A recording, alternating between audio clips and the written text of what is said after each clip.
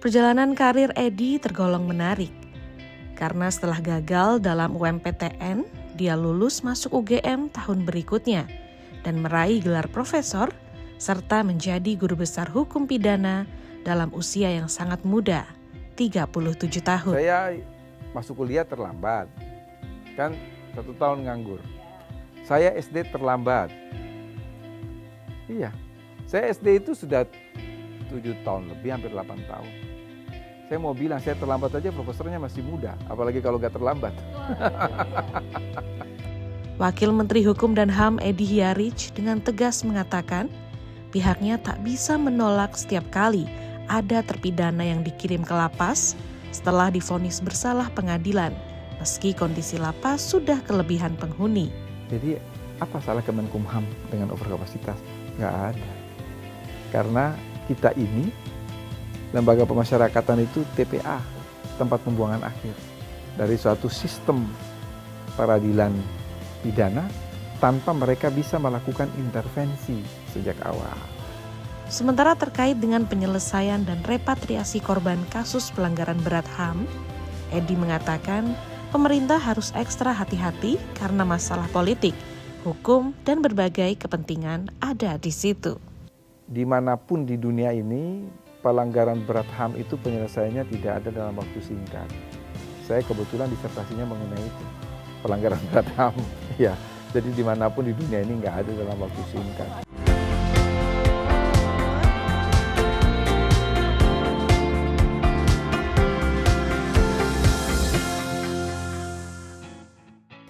Sobat Liputan6.com, kita ketemu lagi barengan aku Sheila Oktarina di Bincang Liputan 6. So, kali ini kita akan berbincang bersama dengan seorang guru besar hukum pidana Universitas Gadjah Mada Yogyakarta. Wow, siapa ya beliau kira-kira? Tahu gak sih kalau beliau ini mendapatkan gelar guru besar itu di usia yang masih tergolong muda, udah jadi profesor, 37 tahun. Dan dengan hobinya bermain tenis, beliau juga menjadi Ketua Umum Pengurus Pusat Persatuan Tenis di seluruh Indonesia. Sekarang, beliau juga menjabat menjadi Wakil Menteri Hukum dan Hak Asasi Manusia. Langsung saja, kita bakal ngobrol bersama dengan Bapak Edward Oman Syarif Hiarij, yang kita kenal dengan Pak Edi. Halo Pak Edi, apa kabar? Baik. Senang banget nih punya kesempatan ngobrol langsung sama Bapak ya, tentunya sama-sama. Di sela-sela kesibukan Bapak. Pak, sebagai Wakil Menteri Hukum dan HAM, ini bisa diceritain nggak sih ke sahabat Liputan6.com, ini tugas dan juga kewenangan apa aja sih yang diserahkan ke Bapak? Wakil Menteri itu kan diangkat dan diberhentikan oleh Presiden. Tetapi dia mendapatkan tugas dari Menteri. Jadi begitu saya dilantik sebagai Wakil Menteri, tugas yang diberikan oleh Bapak Menteri kepada saya ada 2. Yang satu adalah di bidang perundang-undangan dan yang kedua adalah di bidang hak asasi manusia. Jadi saya akan berkutat di 2 hal itu, perundang-undangan dan hak asasi manusia. Nah, kalau menurut Bapak nih, milenial dan Gen Z melihat hukum sekarang seperti apa Pak? Ya, mereka melihat hukum apa yang sehari-hari mungkin mereka baca di koran, mereka lihat di TV, mereka dengar di radio. Jadi generasi muda itu melihat hukum itu apa yang nyata dan fakta yang mereka lihat sehari-hari. Itu kalau dalam filsafat hukum itu lahir dari realisme hukum ya. Jadi apa yang menjadi realita lalu mereka memotret dan menganggap bahwa itulah hukum Indonesia. Padahal kan tidak seperti itu sebetulnya. Oke. Tapi kan melihat beberapa case mungkin ya, banyak netizen yang sering berkomentar tentang hukum Indonesia nih gitu. Nah, itu bagaimana cara mengembalikan kepercayaan, apalagi milenial dan Gen Z itu kan mereka sangat kritis Pak. Apalagi dengan kasus-kasus yang viral nih, yang tiba-tiba mau dihukum apa, tiba-tiba nggak jadi, yang kayak gitu. Ya sebetulnya yang terjadi di Indonesia itu kalau berkaitan dengan kasus-kasus hukum itu adalah trial by the pers ya. Sebetulnya itu tidak boleh terjadi dalam suatu negara hukum. Artinya kasus apapun itu diadili seharusnya berdasarkan fakta persidangan, bukan berdasarkan suara netizen. Ya. Karena netizen itu kan orang dari sisi luar, ya. Dia tidak tahu bagaimana fakta di persidangan, apa yang sebetulnya sesungguhnya terjadi kan tidak tahu. Jadi saya lihat dalam beberapa kasus, tetapi saya tidak perlu menyebutkan kasus apa, meskipun kasus itu sangat viral. Sebetulnya yang terjadi itu adalah trial by the press. Sehingga ada seorang kriminolog terkenal dari Universitas Indonesia. Dia menulis, mengomentari putusan pengadilan atas kasus tersebut yang ya secara kira-kira sederhananya dia mau mengatakan bahwa itu adalah trial by the press. Oke, jadi seakan-akan itu menjadi template yang mana komentar-komentar masyarakat ini melihat, oh kalau mungkin nanti berkelakuan baik bisa dikurangin kok hukumannya. Nah, Biarkan saja. Kalau bagi saya ya itu karena adalah hak masyarakat untuk mengomentari. Tetapi saya ingin mengatakan mereka juga harus menghormati apa yang diputus oleh pengadilan. oke, dan yang pasti sudah dijamin itu seadil-adilnya begitu ya Pak ya? Ya kalau dari kacamata hukum seperti itu. Oke. Ya. Pak Edi ini kan sangat expert nih di hukum khususnya pidana. Yang bilang siapa? Itu Ya, kata kalau netizen lagi. Kalau enggak kan nggak mungkin jadi guru besar dong. Dan juga sudah menulis buku tentang disiplin ilmu. Betul Pak ya? Nah, menurut Bapak apa saja sih yang perlu diperbaiki nih? Yang ada di KUHP baru dibandingkan dengan KUHP sekarang yang masih berlaku? Ya KUHP baru itu kan banyak sekali yang kita perbaiki dari KUHP lama ya. Jadi ada ada modifikasi alternatif pidana, kemudian tidak lagi menekankan pada kepastian hukum, tapi juga keadilan dan kemanfaatan. Kemudian di situ ada reintegrasi sosial di dalam KUHP yang baru, dan masih banyak lagi yang tentunya dia lebih maju bila dibandingkan dengan KUHP warisan kolonial Belanda. Oke, tapi memang hukum KUHP itu menurut Bapak memang harus selalu diperbaharui nggak sih Pak?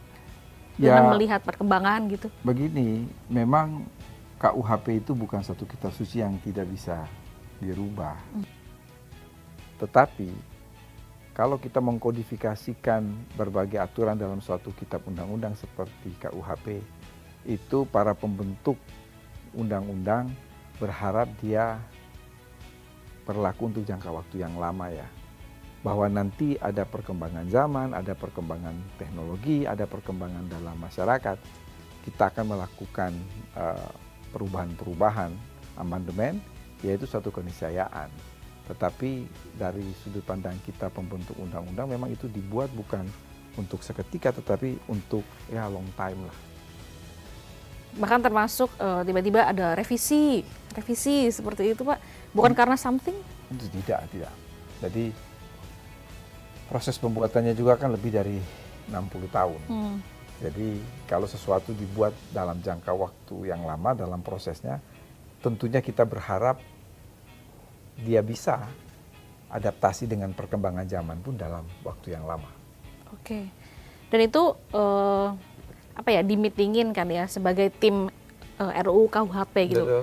Dan Bapak melihat apakah di KUHP baru ini dirasa masih ada yang kurang nih? Apakah memungkinkan di kemudian hari untuk direvisi kembali gitu? Kalau bertanya kepada saya sebagai salah satu tim perumus, terkadang kita sulit untuk melihat apa kekurangannya. Makanya ketika melakukan perumusan-perumusan dalam KUHP dengan teman-teman ahli lainnya juga dengan DPR, kita juga menggunakan proofreader. Yang proofreader itu orang lain di luar kita untuk mencoba membaca ulang. Itu ada 4 guru besar yang kita minta untuk membaca ulang KUHP untuk melihat kira-kira kekurangannya apa saja. Dan itu sudah kita tempuh, oleh karena itu memang mengapa memakan waktu yang lama, kemudian ada beberapa kali perubahan draft, artinya itu sudah ditempuh.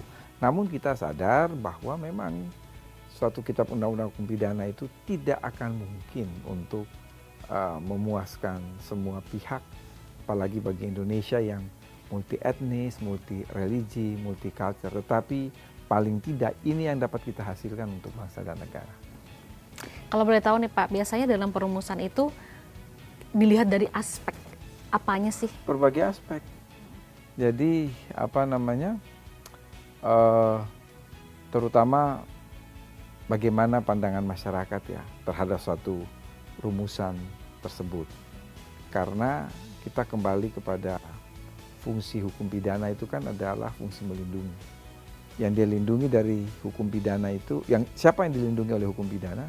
Ada individu, ada masyarakat, ada juga negara. Antara satu kepentingan dengan kepentingan lain seringkali berbenturan.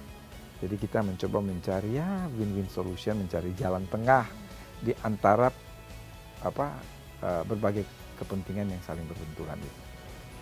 Jadi apakah statement yang bilang lu punya duit, lu punya kuasa, apalagi hukum ini, berarti itu nggak berlaku ya Pak? Tidak demikian ya. Jadi itu kan pernyataan mereka yang sinis terhadap hukum itu, yang tidak memahami secara utuh sebetulnya hukum itu apa. Tapi bagi saya tidak menjadi soal ya, itu kan pandangan masyarakat. Itu yang tadi awal saya katakan, hukum di mata mereka itu ya apa yang secara realistis mungkin mereka hadapi, apa yang mereka lihat, apa yang mereka dengar, dan apa yang mereka baca dari berbagai informasi. Nah, itu yang di dalam saya katakan di dalam filsafat hukum itu ada yang namanya realisme hukum. Itulah yang dilihat. Mereka menganggap hukum itu seperti apa yang mereka lihat. Tapi berarti perlu salah satu tindakan untuk mengedukasi masyarakat dong Pak terkait hukum itu sendiri. Ini kan salah satu tindakan hari ini, wawancara ini kan mengedukasikan masyarakat. Jadi kita melakukan sosialisasi berbagai undang-undang termasuk KUHP, itu adalah salah satu bentuk untuk mengedukasi masyarakat. Oke, apalagi dengan sekarang berkembangnya dunia digital begitu ya. Sekarang kan sudah bisa nih dengan berbagai macam sosmed kita melakukan edukasi begitu ya, khususnya untuk milenial dan Gen Z itu lagi-lagi yang mungkin bisa dibilang juga mereka melek digital tapi juga harus melek hukum loh, khususnya hukum Indonesia gitu ya. Nah, kalau kita ngomongin di lembaga pemasyarakatan lapas, ini kan masih berkutat dengan masalah yang katanya itu-itu aja. Tahanan over capacity, jumlah sipirnya minim, terbatas, daya tampungnya juga kurang. Kemungkinan nggak sih Kemenkumham akan menambah atau bahkan sudah angkat tangan dengan hal ini, Pak? Nah, kelebihan kapasitas di lembaga pemasyarakatan itu kan bukan kesalahan kita, bukan kesalahan Kementerian Hukum dan HAM. Tapi tanyakan kepada teman-teman polisi, teman-teman jaksa, dan teman-teman hakim. Apakah hakim itu ketika memutus perkara dia bertanya, lembaga pemasyarakatan sudah penuh atau belum? Kan tidak. Masih cukup nggak nih? Dia nggak mau tahu, dia bilang. Kalau kata sama anak ABG itu EGP emangnya gue pikirin. Jadi polisi memproses suatu perkara, jaksa menuntut, hakim memutuskan seorang di penjara sekian tahun. Apa mereka pernah bertanya, lapas sudah penuh atau kan tidak? Kan nggak ada. Padahal ketika jaksa melakukan eksekusi terhadap terpidana yang dijatuhi pidana penjara, dia juga tidak bertanya, lapas Anda udah penuh atau belum? Dia nggak mau tahu dengan itu. Artinya apa? Teman-teman di lembaga pemasyarakatan itu tidak pernah bisa menolak eksekusi dari penuntut umum, dari jaksa, nggak bisa. Jadi apa salah Kemenkumham dengan overkapasitas? Nggak ada. Karena kita ini, lembaga pemasyarakatan itu TPA, tempat pembuangan akhir. Dari suatu sistem peradilan pidana, tanpa mereka bisa melakukan intervensi sejak awal. Berbeda dengan KUHP yang baru dan Undang-Undang Pemasyarakatan yang baru, Undang-Undang nomor 22 tahun 2022 itu tentang pemasyarakatan, dan KUHP baru Undang-Undang nomor 1 tahun 2023 itu lembaga pemasyarakatan terlibat sejak awal dalam proses pra-adjudikasi, adjudikasi, dan post-adjudikasi. Tapi kalau sebelumnya kan dia hanya post adjudikasi, dia kan hanya menerima apa putusan pengadilan, dia tidak bisa protes, ini nggak bisa nih, penjara sudah penuh, saya nggak mau terima, nggak bisa. Nah, jadi bukan salah kita, sehingga ini pun memberikan pelajaran kepada masyarakat, keliru kalau overkapasitas di lembaga pemasyarakatan yang dituding batang hidungnya Kumham itu salah besar. Itu orang yang tidak memahami bagaimana sistem peradilan pidana itu bekerja. Kalau mereka paham, mereka nggak mungkin menyalahkan, karena kita nggak ada andil apa-apa, ya. Saya pernah menghitung dengan Dirjen Pemasyarakatan ketika awal sebagai wakil menteri, kapasitas lapas kita 160.000. Jumlah narapidana itu 270.000. Berarti ada kelebihan 110.000. Oke. Jumlah narapidana dan petugas keamanan, tahu berapa? Kalau kita mau membuat lapas itu ideal dengan jumlah sipir, jumlah keamanan untuk mengawasi narapidana, kita itu kekurangan 19.000. Banyak ya Pak? Banyak, 19.000. Nah, kalau bisa kita jangan wawancara di sini, kita ke sana LP Cipinang atau di rutan Salemba. Nah, jadi bisa lihat dengan mata kepala sendiri itu bagaimana terjadi overkapasitas, dan itu sudah tidak manusiawi. Tapi lembaga pemasyarakatan tidak bisa menolak. Iya. Ya, jadi kita kekurangan hampir 19.000 tenaga pengaman. Ya. Sipir ya? Ya. Ya. Di Cipinang itu jumlah narapidana lebih dari 3.500. Jumlah petugas yang bekerja dalam sehari semalam itu 50 orang. Dibagi 2. Karena kan ada 2 shift. Berarti satu shift hanya 25 orang. Dibagi saja 3.500 dibagi 25. Artinya apa? Satu orang pengaman itu, satu orang tenaga keamanan, dia mengawasi lebih dari 100 narapidana. Wow. Lebih dari 100 kan? Iya.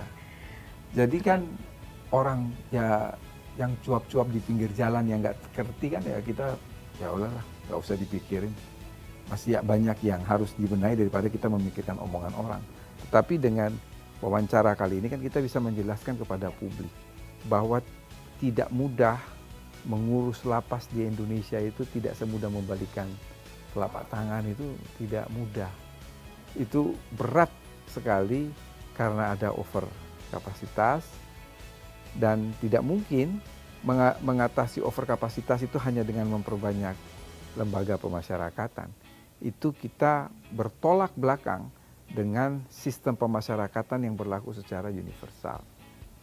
Penjara-penjara di Eropa Barat, di Amerika Utara itu sudah kosong. Sudah kosong karena memang pola pemidanaannya mereka rubah. Mereka punya banyak sekali alternatif, modifikasi alternatif pemidanaan yang sudah diterapkan dari tahun 1990. Dan itu ada model di sana yang itu tidak mungkin kita terapkan di Indonesia. Kenapa kira-kira Pak? Di Portugal itu ada modifikasi alternatif pidana yang namanya semi-detention. Terpidana itu masuk penjara dari jam 6 sore sampai jam 6 pagi. Jam 6 pagi sampai jam 6 sore, apa yang dia lakukan? Dia melakukan aktivitas seperti biasa. Hanya untuk mencegah stigmatisasi. Ada juga mereka memperkenalkan alternatif modifikasi pidana lainnya yang namanya weekend detention. Dia masuk penjara hari Sabtu dini hari jam 00, dan dia keluar penjara hari Senin dini hari jam 00. Senin sampai Jumat apa? Melakukan aktivitas biasa. Mbak baru dengar kan? Iya. Nah, itu sudah ada sejak tahun 1990. Berarti kita sudah ketinggalan lebih dari 30 tahun. Saya ngajar mata kuliah itu soalnya.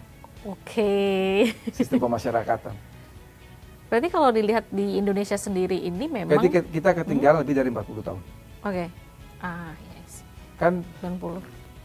pola pikir kita semua ini kan, dia menggunakan hukum pidana itu sebagai sarana balas dendam. Kalau Mbak kecurian, saya ditipu, atau barangnya digelapkan. Yang ada dalam benak kita itu semua adalah segera pelakunya ditangkap, ditahan, dan dihukum seberat-beratnya.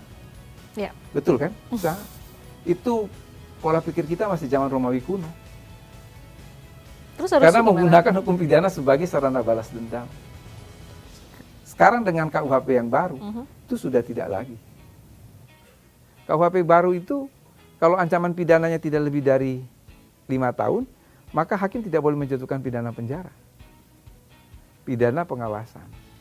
Dia diperbaiki, bukan dimasukkan dalam penjara. Kalau ancaman pidana tidak lebih dari 3 tahun, dia dikenakan pidana kerja sosial.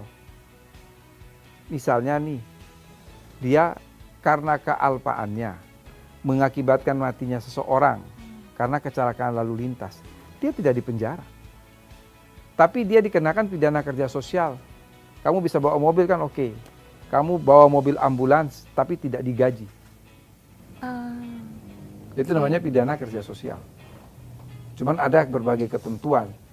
Dalam 40 jam seminggu itu, dia harus bekerja berapa jam.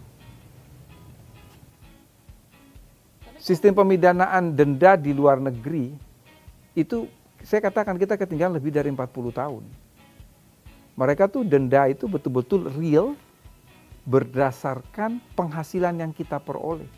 Yang dikenal dengan istilah day fine. Day fine itu denda harian, tetapi dibayarnya bukan per hari, dibayarnya per bulan. Misalnya, saya mempunyai gaji sebagai seorang pegawai negeri sipil, golongan saya udah tinggi sih, 4E, udah mentok. Kalau jenderal udah jenderal penuh. Saya mendapatkan gaji misalnya 5 juta per bulan. Saya melakukan suatu tindak pidana, kemudian itu dijatuhi hukuman, katakanlah day fine sekian rupiah selama sekian tahun. Itu mereka akan memperhitungkan berapa denda yang kita harus bayar dilihat dari penghasilan kita. Oh, dihitung dari situ. Iya, itu kan sangat adil. Makanya di dalam KUHP baru ada namanya pedoman pemidanaan. Pedoman pemidanaan itu salah satu poinnya hakim harus mempertimbangkan latar belakang ekonomi pelaku. Harus. Oke. Jadi memang betul-betul merubah paradigma kita secara keseluruhan. Tapi kan masih ada yang menganggap itu tuh nggak adil, seperti tadi memang yang Bapak sampaikan. Adil itu kan relatif, Mbak. Nah, iya itu. Dari sudut pandang korban itu mau dicari sampai mati juga dia bilang nggak adil. Ya, tapi kan ada berbagai pertimbangan ya. Jadi ya hukum pidana itu meskipun kejam tapi dia masih bersifat manusiawi lah, harus memperhitungkan. Saya kasih contoh konkret ya. Waktu saya sebagai ketua tim pemerintah penyusun RUU TPKS, tindak pidana kekerasan seksual. Jadi pelaku kejahatan seksual itu selain dijatuhi pidana penjara, juga pidana denda. Kalau dia tidak punya uang, kemudian itu disita. Tapi kita memberikan ada ayat berikut. Penyitaan yang dilakukan itu harus memperhitungkan hak-hak pihak ketiga. Ini misalnya nih, yang melakukan pemerkosaan, yang melakukan kejahatan seksual, katakanlah seorang kepala rumah tangga yang punya istri, punya anak. Kalau semua harta bendanya disita, lalu bagaimana nasib anak dan istrinya yang sama sekali tidak tahu dengan kejahatan suaminya atau kejahatan bapaknya? Apakah mereka harus menanggung dosa? Jadi harus bersifat manusiawi. Karena itu harus diperhitungkan hak-hak pihak ketiga. Kan anak-anak itu istrinya kan nggak tahu kalau bapaknya melakukan kejahatan. Menurut Mbak adil tidak? Kalau orang yang tidak tahu menahu dengan kejahatan yang dilakukan oleh orang lain, dia harus menanggung akibat. Iya juga ini sih, memang- harus dipikirkan Iya. juga ya. Kan kasihan istri, kasihan anaknya yang tidak tahu menahu. Ya, Berbeda misalnya dengan kejahatan korupsi, karena istri anaknya ikut menikmati. Tapi kalau kejahatan seksual yang dilakukan oleh seorang pelaku kejahatan terhadap orang lain, yang istri anak-anaknya nggak tahu, lalu hartanya semua disita, itu apa kita nggak menzalimi orang lain yang nggak terlibat, yang tidak tahu menahu, tapi mereka harus menanggung perbuatan? ya juga sih, benar juga harus dipikirin ya Oh Pak iya, ya. jadi kita kita merumuskan undang-undang itu bukan mimpi dapat uang situs besok pagi nulis, enggak, kita berpikir panjang.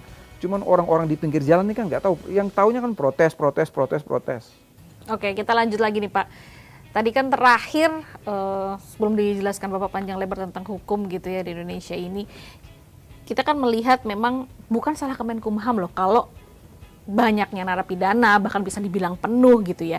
Nah, apakah dengan program restoratif justice yang sampai Ya. sekarang ini terus dikejar-kejar itu bisa salah membantu? satu misi. Oke. Itu salah satu visi KUHP nasional itu adalah keadilan restoratif. Makanya dengan KUHP nasional dan undang-undang pemasyarakatan itu kan sudah inline, sudah satu garis, sudah satu visi ke depan ya, bahwa restoratif justice itu bukan menghentikan perkara. Restoratif justice itu harus dipandang sebagai bagian dari sistem peradilan pidana. Artinya di satu sisi pelaku itu tetap dikenakan sanksi, tetapi di sisi lain korban juga dipulihkan. Begitu. Makanya apa-apa jangan berujung ke penjara. Saya lihat beberapa hari lalu tayangan di TV ya, ada ibu rumah tangga yang dia mencuri dua kantong plastik telur karena kehabisan bahan makan. Nah, itu bagus sekali kan, polisi menyelesaikan itu kan. Ya pokoknya dia tidak memproses, ibu rumah tangga itu membuat surat pernyataan untuk tidak mengulangi, dan kemudian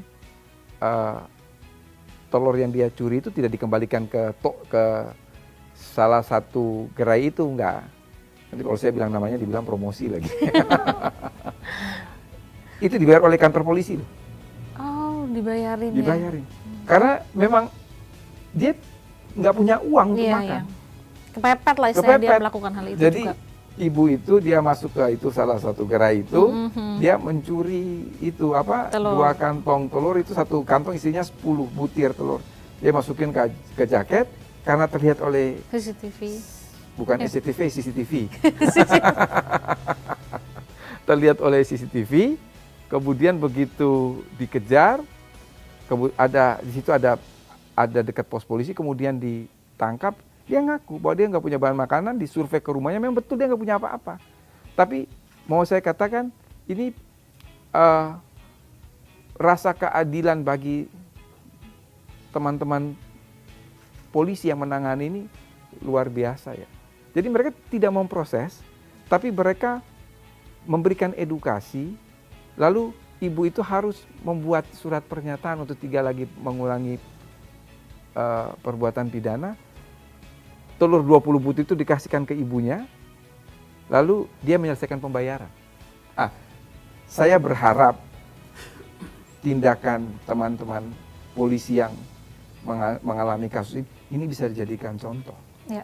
Kita bukan permisif, hukum pidana tidak permisif, artinya lemah dengan tindak pidana, tetapi ya kita harus melihat situasi kondisi mengapa orang melakukan tindak pidana itu. Ya pasti ada reason ya, apalagi Iya. kan dengan kondisi yang terbatas seperti ibu Betul. tadi, dan akhirnya tergerak Nah, hatinya itu Pak Polisi salah begitu ya. satu Hmm. dia menyelesaikan secara restoratif, itu kira-kira begitulah. Kira-kira contohnya seperti itu. Nggak kayak yang zaman dulu ya, ada yang mengambil mangga tiba-tiba udah di penjara, padahal Iya, lansia loh Pak, iya, ada iya, kan iya. yang kasus-kasus seperti itu Buah ya. kakao dulu Nenek Minah itu ya. Tapi Iya, iya. Nenek Minah itu jangan salah. Nenek Minah itu juga saya kira penyelesaian yang baik ya. Itu kan Kalau kita lihat waktu kasus Nenek Mina itu, bayangkan Nenek Mina itu ketika mau datang ke persidangan, yang memberi ongkos untuk Nenek Mina itu hadir di sidang pengadilan, jaksanya loh. Oh iya? Ya, jaksanya yang mengongkosi, jaksa itu menuntut dengan percobaan dan dikabulkan oleh hakim. Artinya Nenek Mina itu tidak perlu lagi mendekam di dalam penjara, tetapi ya dia dikasih edukasi. Jadi saya kira jaksa penuntut umum dalam kasus Nenek Mina itu sebetulnya dia mencoba menyeimbangkan antara kepastian, keadilan, dan kemanfaatan. Itu diongkosi loh, dia datang ke pengadilan diongkosi oleh jaksanya. Jadi satu sisi dia akan menegakkan hukum, tapi dia juga punya rasa kemanusiaan. Artinya keadilan dan kemanfaatan. Makanya dia tuntut dengan percobaan, dan jangan salah, Nenek Mina itu tidak dipenjara loh. Dikasih hukuman percobaan. Padahal kita udah kasihan aja, kita udah mikirnya. Tapi saya kira itu praktek-praktek hukum yang dapat dijadikan pelajaran bagaimana penegakan hukum itu. Oke, baik. Nah, akhir Agustus lalu Bapak Yasona Lawli kan berkunjung ke Ceko ya, katanya bertemu belasan ex-korban pelanggaran HAM berat masa lalu, yang umumnya katanya adalah mahasiswa ikatan dinas. Ini menurut Bapak sejauh mana nih proses repatriasinya, Pak? Ya, saya kira apa yang ditempuh oleh pemerintah dalam hal ini melalui Pak Menteri Hukum dan HAM, dan juga saya tahu Pak Menko Polhukam juga hadir di dalam pertemuan itu di Cekoslowakia, kemudian di Ceko, dan kalau saya tidak salah juga di Belanda. Ini kan tidak terlepas dari penyelesaian berbagai pelanggaran berat HAM di masa lampau ya.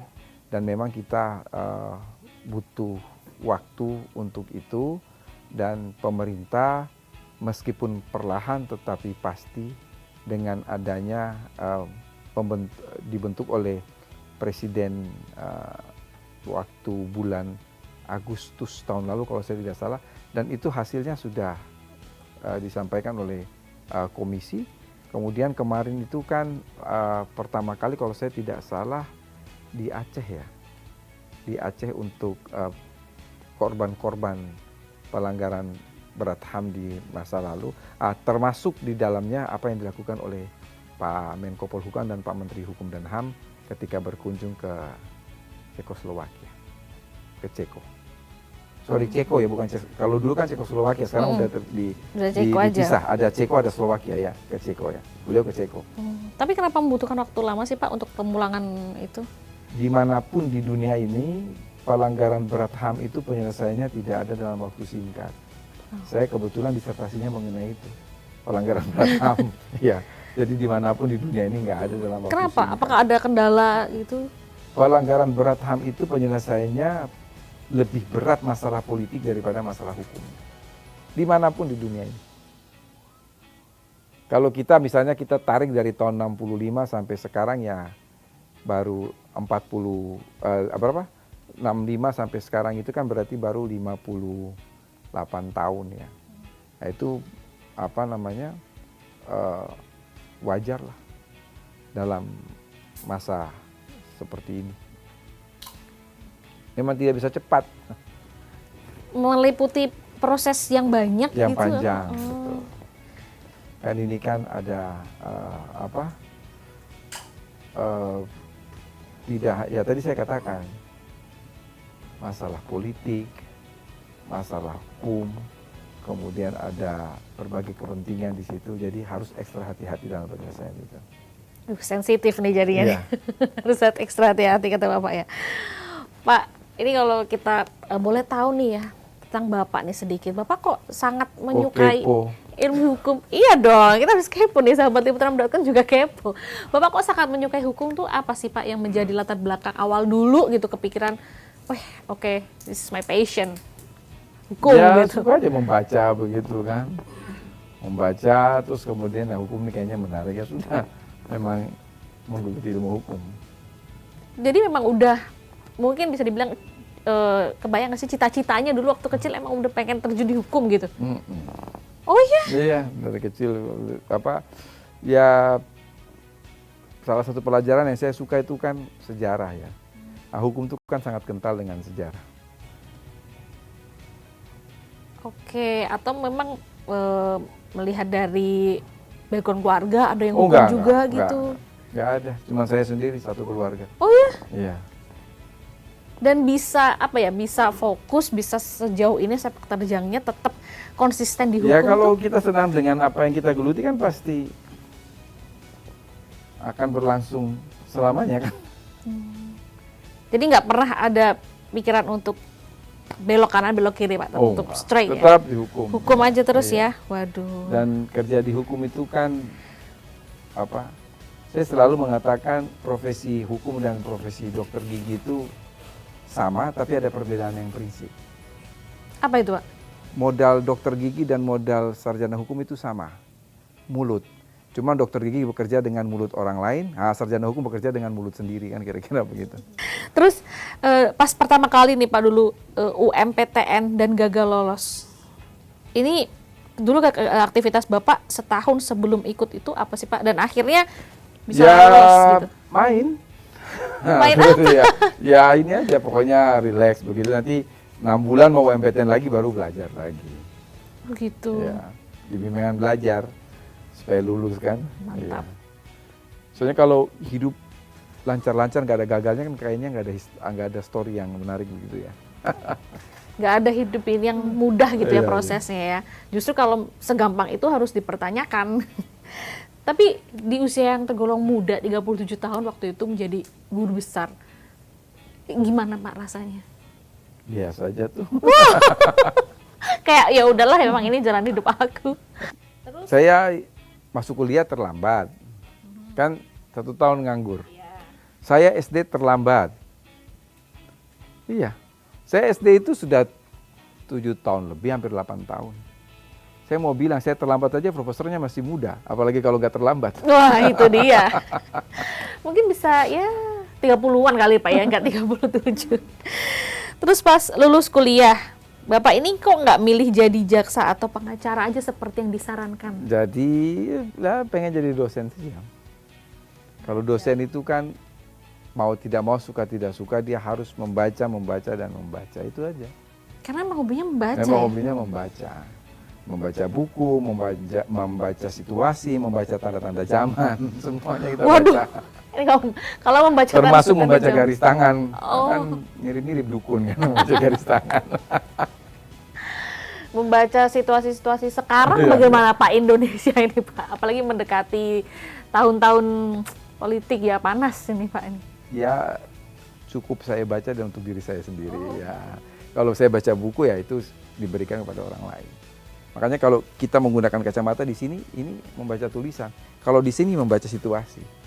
Oh, begitu. Ya. Kalau di sini kacamatanya? Enggak, saya selalu di sini. Oh, di situ. Kalau kita di sini berarti kacamata matanya minus. Kalau di sini otaknya yang minus, harusnya dipakai terus.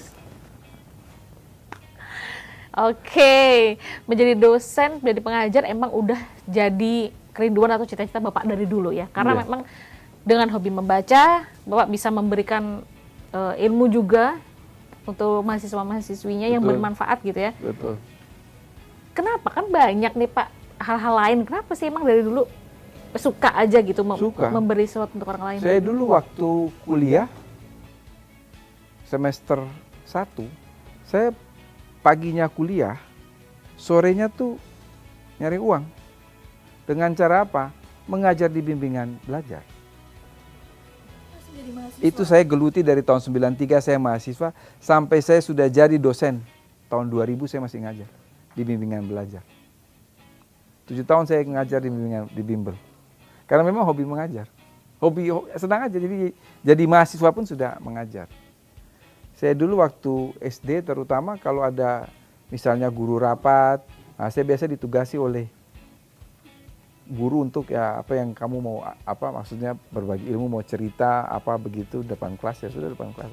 Jadi memang hobi mengajar itu sudah dari dulu, ya dari sananya, udah takdirnya seperti itu. Oh baik. Iya. Bapak ini kan Dan apa namanya, apa tuh? orang pintar itu kan tidak mesti profesor kan. Kalau orang Betawi bilang orang pintar tuh dukun, nah itu kan tadi membaca tanda-tanda zaman, membaca situasi itu kan dukun. Hmm. Tapi pas dulu ngajar gitu ya, bahkan udah jadi profesor, pas masih muda nih tapi udah dipanggil prof, ini agak kagok apa ya? Enggak juga. Udah santai aja, dulu biasa aja. Saya waktu jadi dosen itu, saya lulus tahun 98 bulan November. Saya jadi dosen itu 98 bulan Desember, 1 bulan setelah lulus. Itu angkatan saya, angkatan 93, itu baru separuh yang lulus. Jadi saya mengajarkan teman-teman saya sendiri. Sebagai dosen saya ngajarin teman-teman saya sendiri. Waduh, kagok nggak tuh ya ngajarin teman-temannya sendiri? Enggak, malah ini bercanda. Artinya kalau ditanya nggak bisa jawab ya dibully kan gitu, kira-kira begitu. Malah jadi ini ya, karena tapi biasanya ada loh metode yang kayak diajarin temennya tuh malah lebih nyantol. Betul. Yang paling diinget sampai sekarang, oh mungkin dulu pernah ngajar, terus mahasiswanya gimana? Oh, gitu. enggak, saya kalau ngajar pasti mahasiswanya senang, pasti betah. Oh, Iya. aduh jadi pengen diajar nih Pak, Iya. ajarin apa hukum Pak? Soalnya kalau saya tanya nggak bisa jawab, saya bully biasanya. Supaya mahasiswanya belajar.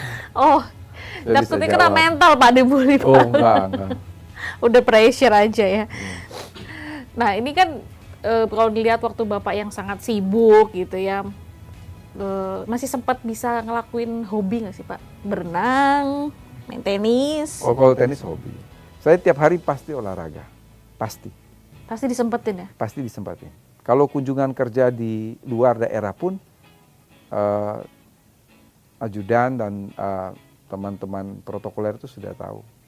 Pasti yang saya kantongi itu adalah sepatu buat lari. Karena saya hanya itu saja.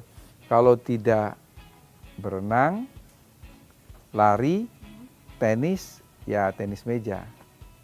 Nanti sore ini saya tenis meja nih. Makanya kalau mau sampai malam sini nggak apa-apa, tapi nanti jam 3 saya tinggalin. Waduh. Karena saya mau tenis meja. Saya tiap hari pasti olahraga. Pasti olahraga. Jadi kalau lari itu biasanya 5-7 kilo sehari. Jadi jadwal saya itu Selasa, Rabu, Jumat tenis. Selasa, Rabu, Jumat. Nah, Oke. Senin, Kemis, Sabtu, Minggu lari.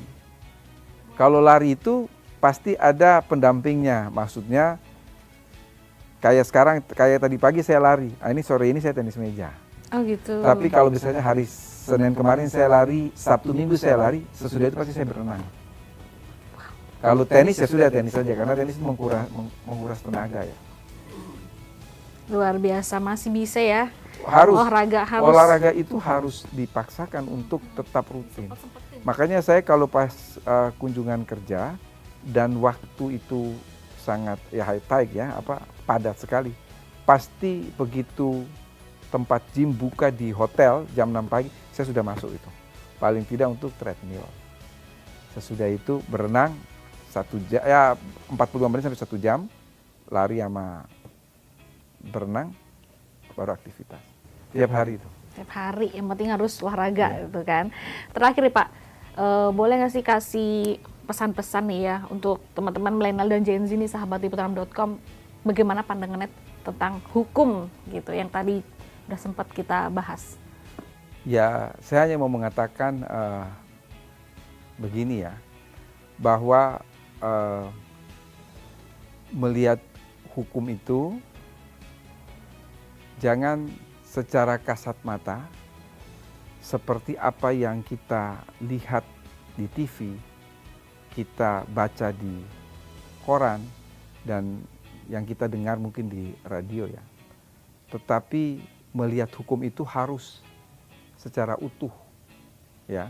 Kalau saya bilang secara utuh, itu berarti ya kita lihat aturannya seperti apa, penegakannya seperti apa. Tapi yang paling penting dari semua itu bukan hanya khusus bagi milenial, tapi bagi seluruh masyarakat, yang paling penting itu adalah kesadaran hukum.